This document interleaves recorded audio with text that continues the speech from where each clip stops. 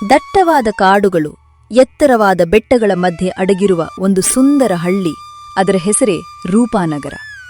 ಇಲ್ಲಿ ಹೆಜ್ಜೆ ಇಟ್ರೆ ಸಾಕು, ನಿಮ್ಗೆ ಕೇವಲ ಅತ್ಯಂತ ಸುಂದರವಾದ ಹೆಣ್ಣು ಮಕ್ಕಳೇ ಕಾಣಿಸುತ್ತಾರೆ. ಆದರೆ ಕಣ್ಣಿಗೆ ಕಾಣುವ ಅತಿ ಹೆಚ್ಚಿನ ಸೌಂದರ್ಯದ ಹಿಂದೆ ಅಷ್ಟೇ ಆಳವಾದ ಒಂದು ರಹಸ್ಯ ಅಡಗಿರುತ್ತದೆ ಎಂಬುದು ಯಾರಿಗೂ ತಿಳಿಯುವುದಿಲ್ಲ. ಈ ಊರಿಗೆ ಸೊಸೆಯಾಗಿ ಬರುವ ಹೆಣ್ಣು ಮಕ್ಕಳು ಕೆಲವೇ ದಿನಗಳಲ್ಲಿ ಅಪ್ಸರೆಯರಂತೆ ಕಂಗೊಳಿಸಲು ಶುರು ಮಾಡುತ್ತಾರೆ. ಹಾಗಾದರೆ ಇಲ್ಲಿನ ನೀರಿನಲ್ಲಿ ಶಕ್ತಿ ಇದೆಯೇ, ಅಥವಾ ಗಾಳಿಯಲ್ಲಿ ಏನೋ ಮಾಯವಿದೆಯೇ? ಇಲ್ಲ, ಇದರಿಂದ ಬೇರೆ ಒಂದು ಕಥೆ ಇದೆಯೇ?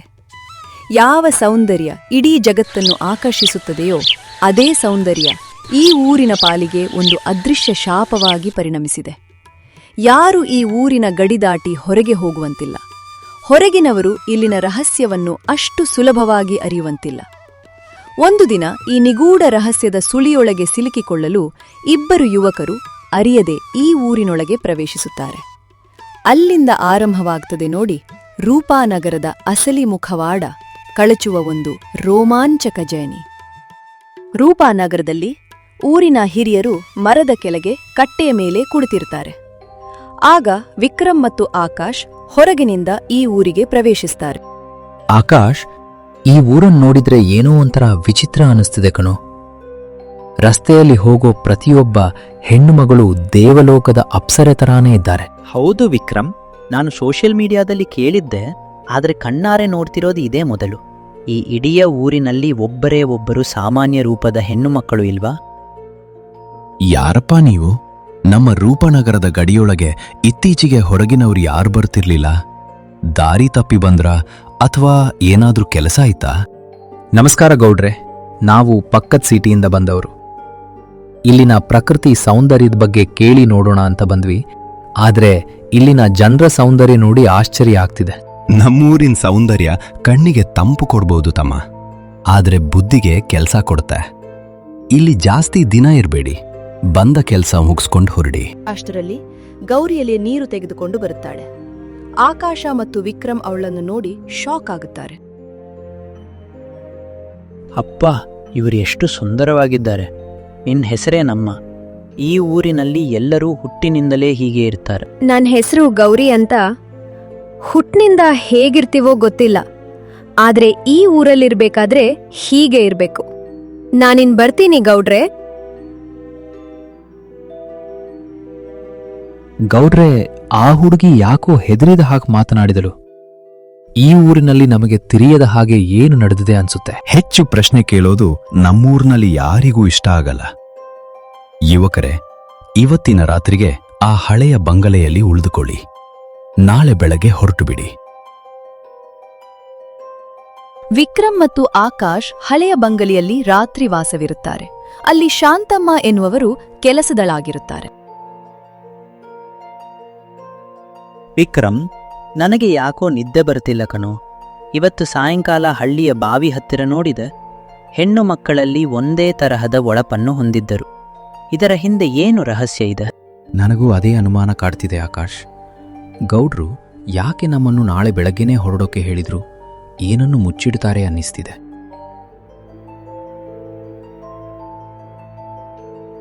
ಸ್ವಾಮಿ, ಊಟ ತಂದಿದ್ದೇನೆ. ಯಾರಿಗೂ ಕೇಳಿಸದ ಹಾಗೆ ನಿಧಾನವಾಗಿ ಮಾತಾಡಿ. ಈ ಗೋಡೆಗಳಿಗೂ ಕಣ್ಣು ಕಿವಿಯಿವೆ. ಅಮ್ಮ ಶಾಂತಮ್ಮ, ನೀವಾದರೂ ಹೇಳಿ, ಈ ಊರಿನ ಮಹಿಳೆಯರೆಲ್ಲರೂ ಇಷ್ಟು ಸುಂದರವಾಗಿರಲು ಏನು ಕಾರಣ? ಇಲ್ಲಿನ ರಹಸ್ಯವೇನು? ಅಯ್ಯೋ ದೇವ್ರೆ, ಆ ವಿಷಯವನ್ನು ಈ ಊರಲ್ಲಿ ಯಾರೂ ಗಟ್ಟಿಯಾಗಿ ಮಾತನಾಡಲ್ಲ ಸ್ವಾಮಿ. ಅದು ಈ ಊರಿನ ದೊಡ್ಡ ಶಾಪ. ಶಾಪನ? ಸೌಂದರ್ಯ ಅನ್ನೋದು ವರ ಅಲ್ವಾ? ಅದನ್ನ ಯಾಕೆ ಶಾಪ ಅಂತ ಹೇಳ್ತಿದ್ದೀರಾ?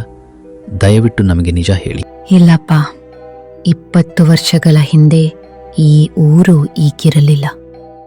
ಪಕ್ಕದ ಬೆಟ್ಟದಲ್ಲಿರೋ ಮಾಯದ ಕಲ್ಯಾಣಿಯಿಂದ ನೀರು ತಂದು ಕುಡಿದ ಮೇಲೆ ಊರಿನ ಹೆಣ್ಣು ಮಕ್ಕಳೆಲ್ಲರೂ ಹೀಗೆ ಬದಲಾಗೋಕೆ ಶುರು ಮಾಡಿದ್ರು. ಮಾಯದ ಕಲ್ಯಾಣಿನ? ಹಾಗಾದ್ರೆ ನೀರಿನಲ್ಲಿ ಏನೋ ಔಷಧಿಯ ಗುಣ ಇರಬೇಕಲ್ವಾ? ಅದಕ್ಕೆ ಯಾಕೆ ಹೆದರಬೇಕು? ಆ ನೀರು ಕೇವಲ ಸೌಂದರ್ಯ ಕೊಡಲ್ಲ ಸ್ವಾಮಿ, ಅದು ಬದಲಾಗಿ ಏನನ್ನೂ ಕಿತ್ತುಕೊಳ್ಳುತ್ತೆ. ಯಾರು ಆ ನೀರನ್ನು ನಿಲ್ಲಿಸುತ್ತಾರೋ ಅವರು ಅವ್ರೇನಾಗ್ತಾರೆ ಶಾಂತಮ್ಮ? ಪೂರ್ತಿ ಹೇಳಿ. ಯಾರೋ ಹೊರಗೆ ಬರ್ತಿರೋ ಹಾಗಿದೆ. ಬೇಗ ಹೇಳಿ. ರಾತ್ರಿ ಶಾಂತಮ್ಮ ಆ ಮಾಯ ಕಲ್ಯಾಣಿಯ ವಿಷಯವನ್ನ ಅರ್ಧಕ್ಕೆ ನಿಲ್ಲಿಸಿದರು. ಇದನ್ನು ಹೇಗಾದರೂ ತಿಳಿದುಕೊಳ್ಳಲೇಬೇಕೆಂದು ಆಕಾಶ್ ಮತ್ತು ವಿಕ್ರಮ್ ಮುಂಜಾನೆ ಬೇಗ ಎದ್ದು ಕಾಡಿನ ದಾರಿಗೆ ಹೋಗುತ್ತಾರೆ. ಶಾಂತಮ್ಮ ನಿನ್ನೆ ರಾತ್ರಿ ಅರ್ಧಕ್ಕೆ ಮಾತು ನಿಲ್ಲಿಸಿ ಹೊರಟು ಹೋದಳು. ಇವತ್ತು ಆ ಬೆಟ್ಟದ ಕಲ್ಯಾಣಿ ಎಲ್ಲಿದೆ ಅಂತ ನಾವು ಹುಡುಕಲೇಬೇಕು. ನೋಡು ಆಕಾಶ್, ಕಾಡಿನ ದಾರಿ ತುಂಬಾ ನಿಗೂಢವಾಗಿದೆ.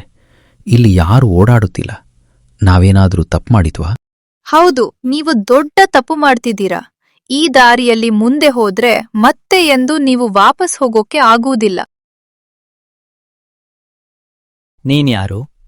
ನೀನು ಈ ರೂಪ ನಗರದವಳೇನಾ? ನಿನ್ನ ಕಣ್ಣಲ್ಲಿ ಬೇರೆ ಹುಡುಗಿಯರಿಗಿಂತ ವಿಭಿನ್ನವಾದ ಕಾಂತಿ ಇದೆ. ನನ್ನ ಹೆಸರು ಮಾಯಾ. ನಾನು ಈ ಊರಿನವಳೆ. ಆದ್ರೆ ಆ ಮಾಯಾದ ನೀರಿನ ದಾಸಿಯಾಗಿರುವ ಹುಡುಗಿಯರ ತರ ನಾನಲ್ಲ. ನಾನು ಸತ್ಯವನ್ನು ಬಲ್ಲವಳು. ಮಾಯಾ, ದಯವಿಟ್ಟು ನಮಗೆ ಸಹಾಯ ಮಾಡು. ಆ ಶಾಂತಮ್ಮ ನಿನ್ನೆ ಏನೋ ಶಾಪದ ಬಗ್ಗೆ ಹೇಳುತ್ತಿದ್ದಳು. ಈ ಊರಿನ ಸೌಂದರ್ಯದ ಅಸಲಿ ಕಥೆ ಏನು? ಯಾವ ಸೌಂದರ್ಯವನ್ನ ನೀವು ನೋಡಿ ಬೆರಗಾಗಿದ್ದೀರೋ ಅದು ಈ ಊರಿನ ಹೆಣ್ಣು ಮಕ್ಕಳ ವಯಸ್ಸನ್ನ ಬೇಗನೆ ಕಸಿದುಕೊಳ್ಳುತ್ತಿದೆ. ಅವರಿಗೆ 25 ವರ್ಷ ಆಗೋವಷ್ಟರಲ್ಲಿ ವಯಸ್ಸಾದವರಂತೆ ಆಗ್ಬಿಡ್ತಾರೆ. ಏನು 25 ವರ್ಷಕ್ಕೆ ಅಜ್ಜಿ ಆಗ್ತಾರ? ಆದರೆ ನಾವು ನೋಡಿದವರೆಲ್ಲ ತುಂಬಾ ಯುವತಿಯರ ತರ ಕಾಣ್ತಿದ್ದರಲ್ಲ. ಅದೇ ಈ ಮಾಯದ ನೀರಿನ ಕೆಡ್ಡ. ಆ ನೀರನ್ನು ದಿನ ಕುಡಿಯದಿದ್ದರೆ ಅವರು ತಕ್ಷಣವೇ ಮುಪ್ಪಾಗುತ್ತಾರೆ. ಅದಕ್ಕೆ ಹೆದರಿ ದಿನ ಆ ನೀರನ್ನು ಕುಡಿಯಲೇಬೇಕು. ಅಂದರೆ ಒಮ್ಮೆ ಆ ನೀರನ್ನು ಕುಡಿದರೆ ಜೀವನ ಪೂರ್ತಿ ಅದಕ್ಕೆ ದಾಸರಾಗಬೇಕಾ? ಈ ಶಾಪದಿಂದ ಮುಕ್ತಿ ಪಡೆಯೋಕೆ ಯಾವುದೇ ದಾರಿ ಇಲ್ವಾ?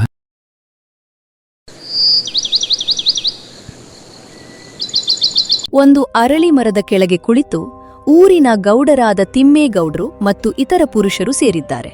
ಅವರು ಆಕಾಶ್ ಮತ್ತು ವಿಕ್ರಮ್ನ ಬಗ್ಗೆ ಚರ್ಚಿಸುತ್ತಿದ್ದಾರೆ. ಆ ಹೊರಗಿನ ಹುಡುಗರು ಇನ್ನೂ ಊರು ಬಿಟ್ಟು ಹೋಗಿಲ್ಲ ಅನ್ಸುತ್ತೆ. ಅವರು ಕಾಡಿನ ಕಡೆ ಹೋಗಿರುವುದನ್ನ ನಮ್ ರಾಮಣ್ಣ ನೋಡಿದ್ದಾನೆ. ಗೌಡೆ, ಆ ಹುಡುಗರೇನಾದ್ರೂ ಕಲ್ಯಾಣಿ ಹತ್ರ ಹೋದ್ರೆ ನಮ್ಮ ಊರಿನ ರಹಸ್ಯ ಇಡೀ ಪ್ರಪಂಚಕ್ಕೆ ಗೊತ್ತಾಗಿ ಬಿಡುತ್ತೆ. ಆಮೇಲೆ ನಮ್ಮ ಹೆಣ್ಣು ಮಕ್ಕಳ ಗತಿ ಏನಾಗ್ಬೇಡ. ಯಾಕೆ ಗೌಡ್ರೆ? ರಹಸ್ಯ ಹೊರಗೆ ಬಂದರೆ ನಿಮ್ಮ ಸುಳ್ಳಿನ ಸಾಮ್ರಾಜ್ಯ ಹುರುಳಿ ಹೋಗುತ್ತೆ ಅಂತನಾ? ಯುವಕನೇ, ಮರ್ಯಾದೆಯಿಂದ ಮಾತಾಡೋದ್ ಕಲಿ. ನಮ್ಮೂರಿನ ಆಚರಣೆಗಳಲ್ಲಿ ಹಸ್ತಕ್ಷೇಪ ಮಾಡೋಕೆ ನೀವ್ಯಾರು? ಇದು ಆಚರಣೆ ಅಲ್ಲ ಗೌಡ್ರೆ, ಕ್ರೌರ್ಯ. ನಿಮ್ಮ ಊರಿನ ಹೆಣ್ಣು ಮಕ್ಕಳು ತಮ್ಮ ಜೀವವನ್ನೇ ಪಣಕ್ಕಿಟ್ಟು ಕೇವಲ ಸೌಂದರ್ಯಕ್ಕಾಗಿ ಬದುಕಬೇಕಾ? ನಿಮ್ಗೇನ್ ಗೊತ್ತು ಹೊರಗಿನವರೇ? ಈ ಸೌಂದರ್ಯ ಇರೋದ್ರಿಂದಲೇ ನಮ್ಮ ಊರಿಗೆ ಇಷ್ಟೊಂದು ಗೌರವ ಸಿಗುತ್ತಿರೋದು. ಇಲ್ದಿದ್ರೆ ನಮ್ಮನ್ನು ಯಾರು ಕೇಳ್ತಾರೆ? ಕೇವಲ ಬಾಹ್ಯ ಸೌಂದರ್ಯಕ್ಕಾಗಿ ಜೀವವನ್ನೇ ಬಳಿ ಕೊಡುವುದು ಗೌರವ ಅಲ್ಲ ಗೌಡ್ರೆ. ಮಾಯ ನಮಗೆ ಎಲ್ಲವನ್ನೂ ಹೇಳಿದ್ದಾಳೆ. ಮಾಯಾನಾ? ಆ ಹುಚ್ಚಿ ಮಾತು ಕೇಳಿ ನೀವಿಲ್ಲಿಗ್ ಬಂದ್ರಿ ಅಲ್ವಾ? ಅವಳನ್ನು ಊರ್ನಿಂದಲೇ ಬಹಿಷ್ಕಾರ ಮಾಡಿದ್ದೇವೆ. ಅವಳು ಹುಚ್ಚಿ ಅಲ್ಲ, ಅವಳು ಸತ್ಯವನ್ನು ಹೇಳುತ್ತಿದ್ದಾಳೆ. ನೀವು ಅವಳನ್ನು ನೋಡಿ ಎದುರುತ್ತಿದ್ದೀರಾ ಅಷ್ಟೆ. ಸೋಮನ, ಇವ್ರನ್ನ ಹಿಡಿದು ಆ ಕತ್ತಲೆ ಕೋಣೆಯಲ್ಲಿ ಹಾಕಿ. ನಾಳೆ ಪೂಜೆ ಮುಗಿಯುವವರೆಗೂ ಇವರು ಹೊರಗೆ ಬರಬಾರದು.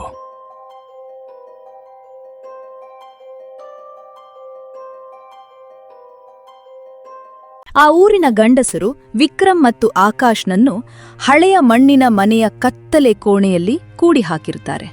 ಅವರ ಕೈಗಳನ್ನು ಕಟ್ಟಿ ಹಾಕಿರ್ತಾರೆ. ಛೇ, ನಮ್ಮನ್ನು ಹೀಗೆ ಸಿಕ್ಕಿ ಹಾಕಿಸಿದ್ರಲ್ಲ.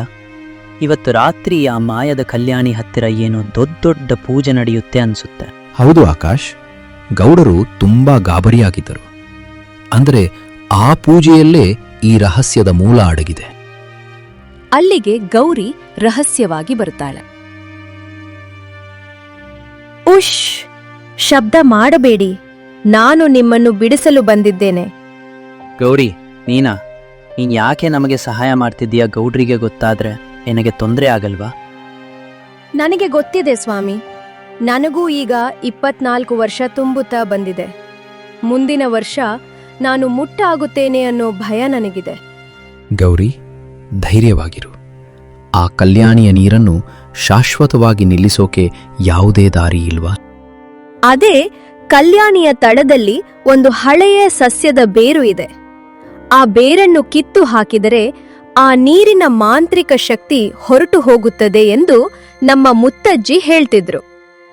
ಹಾಗಾದ್ರೆ ಇವತ್ತು ರಾತ್ರಿ ಪೂಜೆ ನಡೆಯುವಾಗ ನಾವು ಅಲ್ಲಿಗೆ ಹೋಗಿ ಆ ಬೇರನ್ನು ನಾಶ ಮಾಡಬೇಕು. ಆದರೆ ಅಲ್ಲಿ ಗೌಡ್ರು ಮತ್ತು ಅವರ ಆಳುಗಳು ಕಾವಲು ಇರ್ತಾರೆ. ತುಂಬಾ ಎಚ್ಚರಿಕೆಯಿಂದ ಇರಬೇಕು. ನಮಗೆ ದಾರಿ ತೋರಿಸು ಗೌರಿ. ನಾವು ಇಡೀ ಊರನ್ನು ಆ ಕೃತಕ ಸೌಂದರ್ಯದ ಶಾಪದಿಂದ ಮುಕ್ತಗೊಳಿಸುತ್ತೇವೆ. ಬೆಟ್ಟದ ಮೇಲಿರುವ ನಿಗೂಢ ಕಲ್ಯಾಣಿಯಲ್ಲಿ ಪೂಜಾರ ಮತ್ತು ತಿಮ್ಮೇಗೌಡ್ರು ಸೇರಿ ಒಂದು ಮಹಾಪೂಜೆ ನಡೆಸುತ್ತಿದ್ದಾರೆ. ಕಲ್ಯಾಣಿ ಸುತ್ತಲೂ ದೀಪಗಳು ನೋಡಲು ಸುಂದರವಾಗಿದ್ದರೂ ಆದರೆ ಹಿಂದೆ ಕರಾಳತೆಯ ಅಡಗಿದೆ. ಗೌಡ್ರೆ, ಈ ವರ್ಷದ ಮಹಾಪೂಜೆಯ ಸಮಯ ಹತ್ತಿರ ಬಂತು. ಆ ಮಾಯದ ನೀರಿನ ಶಕ್ತಿ ಹೆಚ್ಚಾಗಬೇಕಾದರೆ ಈ ಪೂಜೆ ಯಶಸ್ವಿಯಾಗಬೇಕು. ಹೌದು ಪೂಜಾರಿಗಳೇ, ಆ ಹೊರಗಿನ ಹುಡುಗರು ಕೋಣೆಯಲ್ಲಿ ಇದ್ದಾರೆ. ಯಾವುದೇ ವಿಘ್ನ ಬರದ ಹಾಗೆ ಪೂಜೆ ಮುಗಿಸಿ. ನಿಮ್ ಪೂಜೆ ಇವತ್ತಿಗೆ ಕೊನೆಯಾಗಿರುತ್ತೆ ಗೌಡ್ರೆ. ಈ ಪ್ರಕೃತಿಗೆ ವಿರುದ್ಧವಾದ ಆಟ ಇನ್ನು ನಡೆಯಲ್ಲ. ಮಾಯಾ, ನೀನ್ ಮತ್ತೆ ಇಲ್ಲಿಗೆ ಬಂದ್ಯಾ? ನೀನನ್ನು ಸುಮ್ಮನೆ ಬಿಡಲ್ಲ ಇವತ್ತು. ಅವಳೊಬ್ಬಳೇ ಅಲ್ಲ ಗೌಡ್ರೆ, ನಾವು ಬಂದಿದ್ದೇವೆ. ನೀವು ಆ ಕೋಣೆಯಿಂದ ಹೇಗೆ ತಪ್ಪಿಸ್ಕೊಂಡ್ರಿ? ಸೋಮಣ್ಣ, ಎಲ್ಲಿದ್ದೀಯಾ? ಇಲ್ಲಿ ಬಾ. ನಿಮ್ಮ ಸೋಮಣ್ಣ ಬರಲ್ಲ ಗೌಡ್ರೆ. ಅವನಿಗೆ ಹಳ್ಳಿಯ ಹೆಣ್ಣು ಮಕ್ಕಳೇ ಬುದ್ಧಿ ಕಲಿಸುತ್ತಿದ್ದಾರೆ. ಇವತ್ತು ಈ ಕಲ್ಯಾಣಿ ರಹಸ್ಯ ಮುಗಿಯುತ್ತೆ. ಬೇರೆ ಯುವಕರೇ, ಆ ಬಾವಿಯ ನೀರನ್ನು ಮುಟ್ಟಬೇಡಿ. ಅದು ದೇವತೆಯ ಶಕ್ತಿ. ಇದು ದೇವತೆಯ ಶಕ್ತಿಯಲ್ಲ, ಇದು ರಾಕ್ಷಸಿ ಗಿಡದ ಬೇರುಗಳ ಮಾಯೆ. ವಿಕ್ರಮ್, ಆ ಬಾವಿಯ ಒಳಗೆ ಇಳಿಯಿರಿ. ನಾನ್ ಯಾರನ್ನು ಬಾವಿ ಹತ್ತಿರ ಹೋಗೋಕೆ ಬಿಡಲ್ಲ.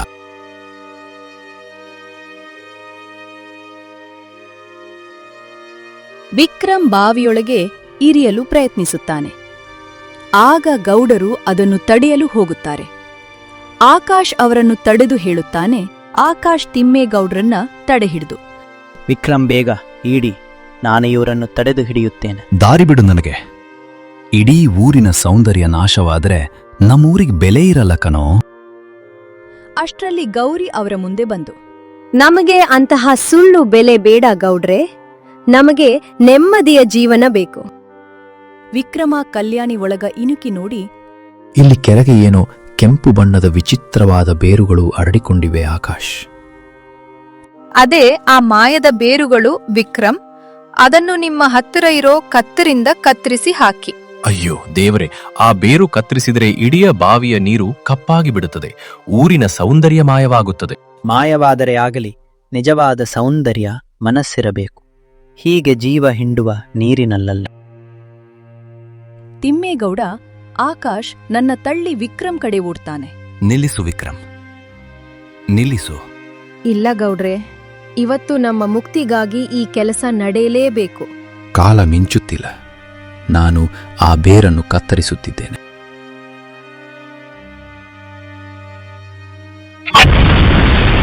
ಬಾವಿಯಿಂದ ಜೋರಾದ ಶಬ್ದ ಬರುತ್ತದೆ.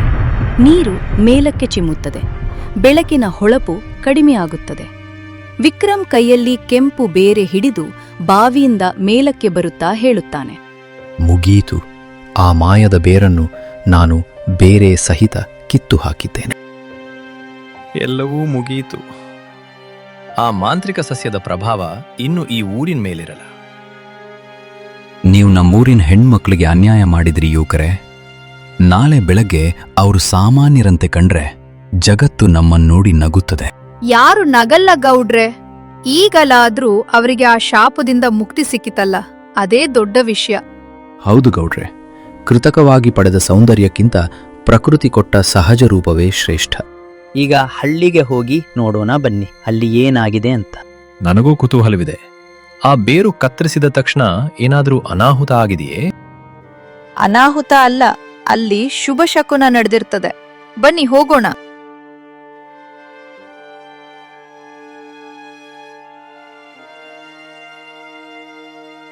ಹಳ್ಳಿಯ ಹೆಣ್ಣು ಮಕ್ಕಳಿಗೆಲ್ಲ ಒಂದು ಹೊಸ ಮುಂಜಾನೆಯಾಗುತ್ತದೆ. ಹಳ್ಳಿಯ ಮಹಿಳೆಯರಲ್ಲೂ ಒಟ್ಟಿಗೆ ಸೇರಿದ್ದಾರೆ. ಅಮ್ಮ ನೋಡು, ನನ್ನ ಮುಖದಲ್ಲಿ ಆ ವಿಚಿತ್ರವಾದ ಬಿಳಿ ಬಣ್ಣ ಹೋಗಿ ನನ್ನ ಹಳೆಯ ಸಹಜ ಮುಖ ಮರಳಿ ಬಂದಿದೆ. ಹೌದು ಮಗಳೇ, ನನಗೂ ಆ ಮಾಯದ ನೀರಿನಿಂದ ಬರುತ್ತಿದ್ದ ಆಯಾಸ ಈಗ ಇಲ್ಲ. ಮೈ ತುಂಬ ಅಗುರ ಅನ್ಸ್ತಿದೆ.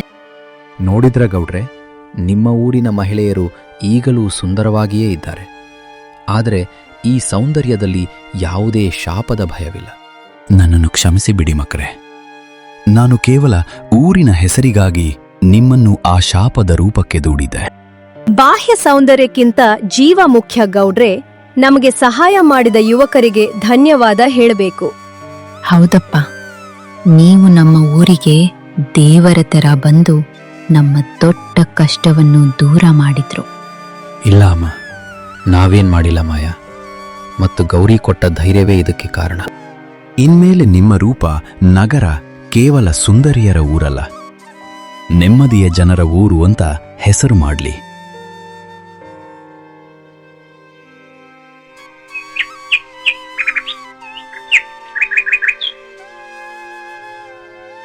ಹಳ್ಳಿಯವರೆಗೆ ವಿಕ್ರಮ್ ಮತ್ತು ಆಕಾಶ ಹೊರಡಲು ಸಿದ್ಧರಾಗಿದ್ದಾರೆ. ಮಾಯಾ ಮತ್ತು ಗೌರಿ ಅವರನ್ನು ಕಳಿಸಿಕೊಡಲು ಬಂದಿದ್ದಾರೆ. ನಿಮ್ಮ ಈ ಉಪಕಾರವನ್ನು ನಾವು ಎಂದಿಗೂ ಮರೆಯಲ್ಲ, ವಿಕ್ರಮ್ ಮತ್ತು ಆಕಾಶ್. ನಮಗೂ ಈ ಊರು ತುಂಬಾ ನೆನಪಿನಲ್ಲಿ ಉಳಿಯುತ್ತೆ ಮಾಯಾ. ಪ್ರಕೃತಿಯನ್ನು ಗೌರವಿಸುವುದನ್ನು ನಿಮ್ಮ ಊರು ನಮಗೆ ಕಲಿಸಿದೆ. ಗೌರಿ, ಇನ್ಮೇಲೆ ಧೈರ್ಯವಾಗಿರು. ನಿಮ್ಮ ಊರಿನ ನೀವೇ ಈಗ ನಿಜವಾಗಿಯೂ ಸಿಹಿಯಾಗಿದೆ. ಖಂಡಿತ ಸ್ವಾಮಿ, ಮತ್ತೊಮ್ಮೆ ನಮ್ಮ ಊರಿಗೆ ಬನ್ನಿ. ನಮ್ಮ ಕೈಲಾದ ಆದಿತ್ಯ ನೀಡುತ್ತೇವೆ. ಖಂಡಿತ ಬರ್ತೀನಿ. ಎಲ್ಲರಿಗೂ ಒಳ್ಳೆಯದಾಗಲಿ. ಬರ್ತೀವಿ ತೀವಿ.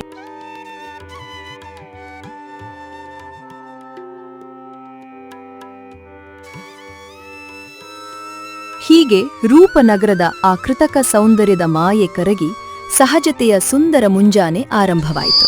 ಬಾಹ್ಯ ರೂಪಕ್ಕಿಂತ ಮನಸ್ಸಿನ ನೆಮ್ಮದಿ ಮತ್ತು ಪ್ರಕೃತಿಯ ಸಹಜತೆಯೇ ನಿಜವಾದ ಸೌಂದರ್ಯ ಎಂಬುದನ್ನು ಆ ಹಳ್ಳಿ ಅರಿತುಕೊಂಡಿತು. ರಹಸ್ಯಗಳು ಕರಗಬಹುದು, ಆದರೆ ಸತ್ಯ ಮತ್ತು ಧೈರ್ಯ ಎಂದಿಗೂ ಮಾಸುವುದಿಲ್ಲ. ಮತ್ತೊಂದು ರೋಮಾಂಚಕ ಕಥೆಯೊಂದಿಗೆ ಮತ್ತೆ ಭೇಟಿಯಾಗೋಣ. ಅಲ್ಲಿಯವರೆಗೂ ವಂದನೆಗಳು.